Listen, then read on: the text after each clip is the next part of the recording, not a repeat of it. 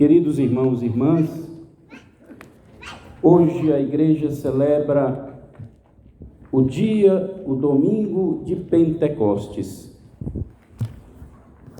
A festa de Pentecostes era uma festa judaica que acontecia 50 dias após a festa judaica da Páscoa. E essa festa de Pentecostes era também conhecida como a festa das colheitas, quando o povo religioso, claro, do judaísmo naquela época, trazia os melhores frutos da sua colheita para o Senhor. Depois que Jesus veio, e ele era um judeu praticante, Jesus deu um novo sentido a esta festa. Como também o batismo, por exemplo, não começou com o cristianismo. O batismo já existia no judaísmo. Tanto é que João Batista batizou Jesus. Mas os judeus batizavam com um batismo de rito de purificação. Aquela água é como se lavasse as pessoas dos pecados. Jesus também deu um novo sentido ao batismo. O batismo de Jesus é um batismo novo nele, na sua paixão, morte e ressurreição. Como também a festa de Pentecostes, que nós celebramos hoje, é uma festa judaica, mas que em Jesus tem um sentido todo novo. Porque não é mais só a festa das colheitas. Agora todos os frutos de Deus, todas as graças dos céus, são abundantemente derramadas sobre aqueles que creem em Jesus. Dizia ontem, quem estava na missa ontem à noite? Levanta a mão. Quem estava mais? Só preocupado por vocês não ouvirem a mesma coisa que eu disse ontem, tá? Mas como são poucos, peço a paciência dos poucos se eu repetir alguma coisa, porque também ontem celebrávamos a vigília de Pentecostes. E eu fazia uma analogia, uma comparação com este dia, com a explosão do amor de Deus.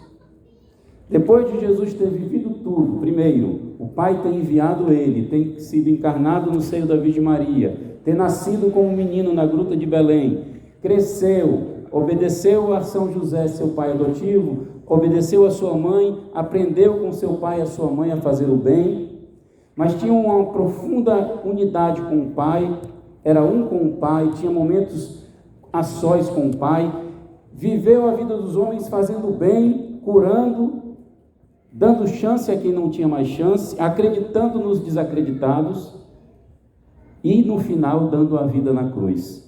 Ele fez tudo que o Pai tinha reservado para ele. Depois ele morreu na cruz, ressuscitou no terceiro dia, subiu na frente dos apóstolos, subiu aos céus, a gente celebrou domingo passado, e quando ele volta para o seio do Pai, encontrando o Pai com saudade, o abraço do amor do Pai com ele, tendo passado pelo mundo, amando os homens, levou a nossa vida com ele. Abraçou o Pai e essa explosão desse abraço foi tão grande que veio o Espírito Santo em Pentecostes. Houveram outros derramamentos do Espírito Santo antes de Pentecostes, não tão forte, tão grande e tão avassalador e transformador como o do dia de Pentecostes. Um deles foi o batismo que Jesus realizou quando os apóstolos, e a gente ouviu isso no Evangelho de hoje, quando Jesus encontrou, uma semana depois da sua Páscoa, encontrou os discípulos num lugar fechado, porque eles estavam com medo, a gente acabou de ouvir, no Evangelho, de morrer como Jesus tinha morrido. Aí Jesus entra de porta fechada, quando eu vou abençoar terços, medalhas, que as pessoas querem tirar do saco, para me mostrar, eu digo, não, pode deixar aí dentro, porque Jesus não atravessou a porta fechada, então a bênção dele também atravessa a bolsa, o couro da bolsa, o papel do embrulho que tiver as coisas. Jesus atravessa a porta fechada, por quê? Porque o corpo dele já estava glorioso, ele já não estava sob as contingências do nosso corpo. Se eu for tentar passar aqui por um canto aqui, eu esbarro e não tem quem faça eu passar pelo meio dessa peça de madeira. Mas é porque o meu corpo ainda não foi glorificado. O corpo de Jesus glorificado, ele já não está sob as condições temporais, físicas deste mundo. Então ele atravessa a porta fechada, não precisou abrir a porta, porque eles estavam com medo, trancados, e Jesus diz a eles, paz a vós. Na verdade, Jesus disse, shalom, shalom. A língua de Jesus, aramaica, ou hebraica, né? Porque o aramaico não existe mais, a gente pode comparar hoje com o hebraico. Ele disse na língua dele, shalom, que quer dizer paz a vós. E aí disse então a eles, como o Pai me enviou, eu envio vocês. E aí soprou. Faça isso. Jesus fez isso. Só que ali era Jesus soprando. Ele soprou como sinal do sopro do Espírito. Espírito que quer dizer sopro. Soprou como sobre os apóstolos e disse, recebam o Espírito Santo. A quem vocês perdoarem os pecados, serão perdoados. A quem vocês não perdoarem, não serão perdoados. Olha aqui o que aconteceu naquele momento. Jesus instituiu a confissão que os padres fazem, que eu tantas vezes faço aqui, faço dentro da capela. Jesus deu à igreja missionária que estava nascendo depois da sua Páscoa, o poder, através dos discípulos, de perdoar em nome dele ou de não perdoar. E pode, padre, um padre não perdoar alguém que chega para pedir perdão? Pode. Como, padre? Se o sacerdote, que é a pessoa de Jesus na hora da confissão, ele é ali o consagrado, o ungido de Deus, representa Jesus e perdoa em nome de Jesus, Jesus disse a ele, porque disse aos apóstolos e disse na igreja que na história ela tem a sucessão apostólica. Aqueles a quem vocês perdoarem serão perdoados, mas aqueles a quem vocês não perdoarem não serão perdoados.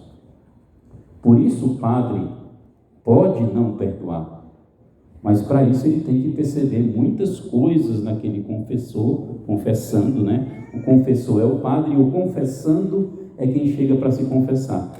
Ele pode perceber muitas coisas que, segundo o julgamento que ele faz, inspirado pelo Espírito de Jesus, que está nele, perceber que aquele confessando não está pronto nem preparado para receber o perdão. Então ele faz uma orientação, ele dá uma orientação, manda a pessoa voltar, geralmente manda a pessoa fazer exercícios espirituais, orações, penitências, mortificações, às vezes atos concretos de amor, para depois voltar. E aí, certamente, quando a pessoa faz isso, o segundo encontro é o encontro da misericórdia. Mas 99,9%, não fiquem com medo das pessoas que vão perdoar, que vão já sentindo o desejo de pedir perdão, vão já conscientes dos seus pecados, e é o Espírito Santo que dá isso ao penitente. Não é ninguém que me diz o que é que eu fiz de errado, não é ninguém que me acusa e que diz, Padre Almeida, isso não está certo, você fez errado, tem que pedir perdão a Deus. Não. Quem reza, isso, e a gente só reza sob a condução do Espírito, sob a graça do Espírito, quem reza é iluminado na sua consciência pelo Espírito Santo e tem a consciência de que errou e de que ofendeu a Deus, de que ofendeu as pessoas, de que ofendeu ao esposo, a esposa, os filhos ofenderam os pais, ofendi alguém do meu trabalho, não tratei bem, julguei alguém, tratei alguém mal, e tantos outros pecados. Hoje o Espírito Santo quer sobre nós realizar uma obra de conversão, de graça. Ele nos dá a capacidade de sair renovados, como deu aos discípulos naquela sala com medo. Houveram outros derramamentos do Espírito. Por exemplo, quando Jesus, na cruz, antes de morrer, entrega o seu Espírito, como diz o evangelista, Jesus ali também derrama o seu Espírito. Mas, como disse antes, nada igual ao derramamento imenso que Jesus faz hoje em Pentecostes. Nesta festa dos dons, dos frutos, dos melhores frutos da colheita, os frutos são agora os frutos do Espírito Santo. A alegria, a paz, a fé, a caridade, como o maior de todos os dons e frutos, mas também a perseverança, a prudência, a temperança, a fortaleza, o temor de Deus. O temor de Deus é tão importante, gente. Sabia que o temor de Deus é o princípio de toda sabedoria? Quem não teme a Deus é uma pessoa meio sem sabedoria. Por isso é que nossos governos hoje fazem tantas coisas erradas, porque os governantes já não têm o santo temor de Deus, não têm fé. Se não têm fé, vivem como se fossem os próprios deuses. Então não tem o temor de Deus que me diz, se eu fizer uma coisa que ofende a Deus, eu vou pagar. Não porque Deus é mau, porque eu quis fazer o mal. E como fruto do mal que eu fiz, eu vou receber o mal. Jesus já veio para pagar o mal que eu fiz, mas se eu não quero que Ele pague o mal por mim, não quero tua salvação. Eu não quero o teu sangue derramado na cruz. Não quero saber disso. E rejeita e não aceita o dom de Deus, o Espírito Santo, serei julgado pela dureza do meu coração. E não tendo temor de Deus, não acreditem nisso. Não acreditem em nada disso. Hoje o mundo passa por um tempo de grande ateísmo e um ateísmo prático. Ou seja, o que quer dizer um ateísmo prático? Não é só um ateísmo dos filósofos ateus, agora é a prática do ateísmo no dia a dia das pessoas. Como? A gente vê todo dia a falta de pudor, a violência, a ganância, a impureza, a falta de sentido da família, o sentido verdadeiro da família, a falta de temor de Deus quanto à vida dos filhos, aborto, tantas coisas que o homem faz hoje porque não tem mais o santo temor de Deus, que é o princípio de toda a sabedoria. Assim como a humildade é a mãe de todas as virtudes. A pessoa vai ser humilde hoje por quê? Porque não tem uma referência de humildade. Só vê gente cada vez mais querendo ser o quê? Reconhecido, amado, cortejado, né? Curtido, né? Hoje o negócio é ser blogueiro, né? Quanto mais curtida eu tiver, quanto mais seguidores eu tiver, mais eu sou, né, poderoso, né? Empoderamento. Empoderamento de quê? Se quando terminar essa vida, todos nós vamos para o mesmo lugar. Todos nós vamos acabar no mesmo lugar. O que adianta o homem ter tudo hoje na vida, se depois ele vai no céu, ele vai ver os pobres na frente dele, os pecadores entrando na frente dele, e sobretudo a capacidade, que também é um dom do Espírito, de se sentir mais pecador do que o outro. Esse era o segredo dos santos. Os santos, sem nenhuma, eles não estavam fingindo, eles não estavam fazendo de conta. Eles tinham uma consciência profunda e verdadeira de que eles eram mais pecadores do que os outros. Por isso conseguiram amar e perdoar tanto.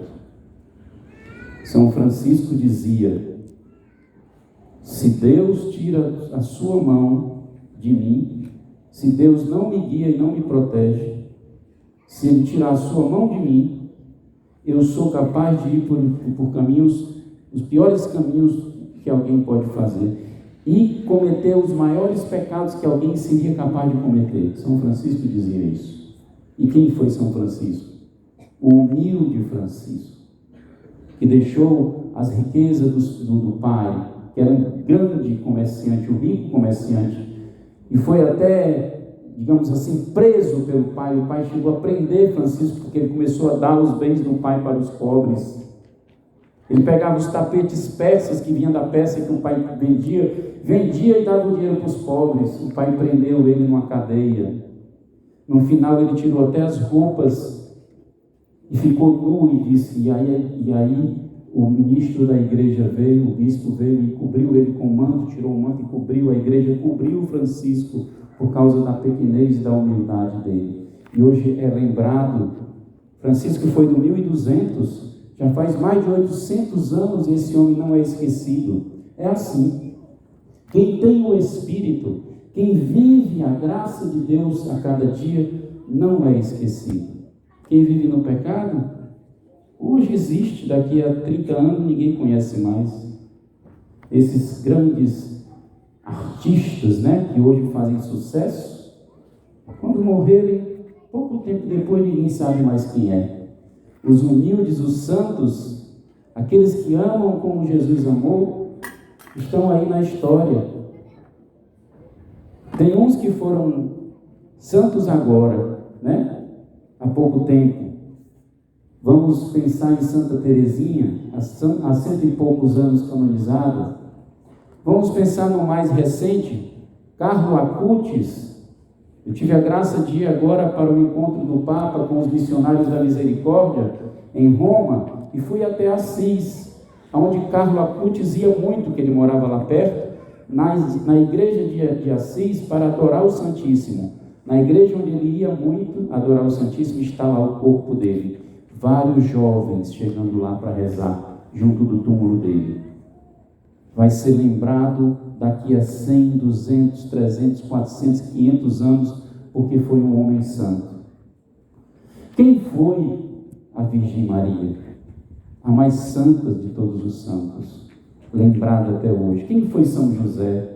O pai adotivo de Jesus, o mais santo de todos os santos, lembrado até hoje.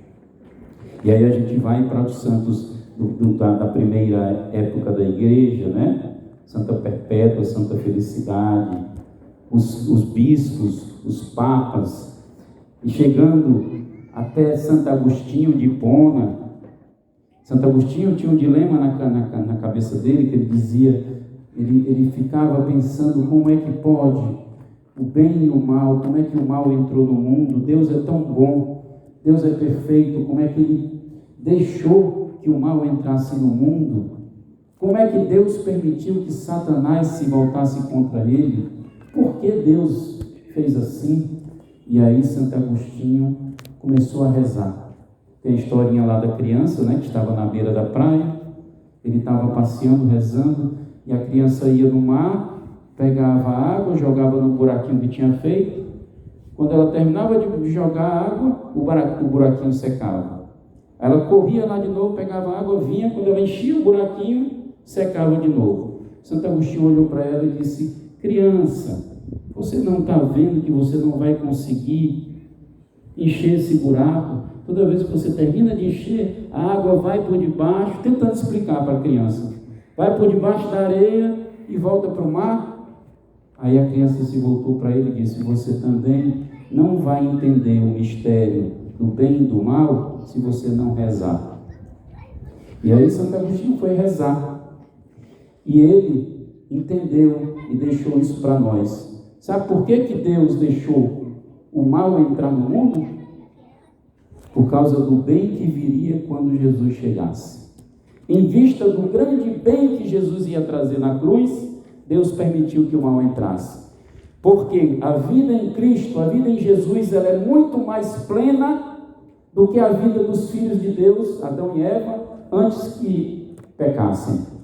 A alegria que eles viviam no paraíso antes do pecado não é tão grande como a alegria que vivem os santos que vivem com Jesus. A igreja afirma isso há muitos anos. Santo Agostinho foi do ano 400, não 1400. 400, ou seja, 1600 anos atrás, este santo. Então é isso, o Espírito Santo quer santificar a cada um de nós, quer santificar as famílias, quer santificar os pais, os jovens, as crianças. E eu gosto de dizer, e vou repetir sempre: papai e mamãe, vovô e vovó, tio e tia, A maneira melhor de evangelizar os filhos é rezar na frente deles. Não existe outra maneira melhor. Você pode gastar 10, 15, 20 minutos tentando evangelizar com suas palavras. Quando você reza na frente dos seus filhos, uma flecha do Espírito entra na alma deles. Então, por que que hoje os filhos, por que que hoje o mundo não acredita mais em Deus? Porque os pais não rezam mais na presença dos filhos. É por isso, vamos pedir ao Espírito Santo essa graça. Dá-nos, ó Espírito, esse Espírito que está aqui narrado nos Atos dos Apóstolos, que veio do céu como um vento impetuoso, encheu, todos ficaram cheios do Espírito Santo, era gente de todo canto, falava língua diferente, todo mundo entendeu a língua só, a língua do amor. Esse Espírito Santo também, que na segunda leitura, ele concede todos os dons, é o mesmo Espírito que dá as graças a todos, e ninguém tem menos valor, todos temos valor na igreja. Você não precisa ser um religioso, um padre, uma freira ou um consagrado para ter o seu valor. Seja santo aonde você está, e seu nome estará inscrito no céu.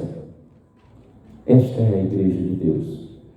Que o Senhor nos cumule de graças com o seu Espírito Santo em Pentecostes. Hoje é o dia de Pentecostes. Que Nossa Senhora, no meio dos apóstolos, guiando a igreja que nascia missionária, continue nos guiando e nos fazendo cada vez mais abertos à ação do Espírito Santo. Louvado seja nosso Senhor Jesus Cristo. Para sempre seja louvado.